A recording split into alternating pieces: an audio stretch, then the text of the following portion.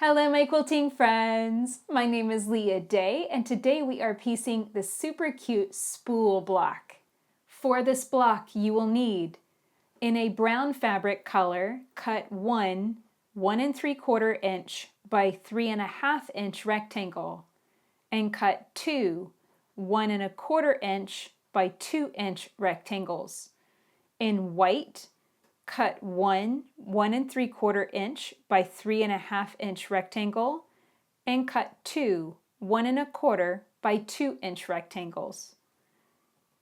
In your fashion fabric, whatever center fabric you want for your spool, you're going to cut 1 2-inch square. So the first step is to measure over on my darker rectangle, and I am working on the wrong side here. And I'm measuring over 1 3/4 inch, and then I'm going to mark that. That is the midpoint of my rectangle. Then I'm going to shift my ruler over, and I'm going to mark a diagonal line from the corner of that rectangle down to that line I just marked, just like so. And I'm going to do the same thing on the other side, marking a diagonal line from the corner to that midpoint. Okay, to make 4 half-square triangles at a time, you're going to stack your fabrics right sides together, take this to your machine, and you're going to stitch 1/4 inch from the diagonal lines. So stitch down, and then over here, and then stitch to the inside. You're not going to stitch along the center marked line. Here's what it will look like once you get your half-square triangles stitched. Now we're going to cut these apart. First cut on the marked line running through the middle, then cut on the diagonal marked lines. And you'll find you end up with 4 half-square triangles for every 2 rectangles you stitch together. You're going to take these, press them open and flat, and you're going to trim them down to measure 1 1/4 inches square.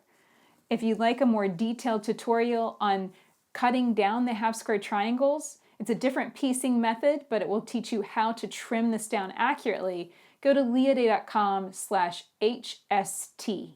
So now we're going to arrange our spool block with the half-square triangles in the corners, our center square of whatever fabric color you want in the middle, and you're going to piece this together in rows of 3 units. Then piece the rows together, carefully matching these seams. And here's what it will look like whenever you finish your spool block.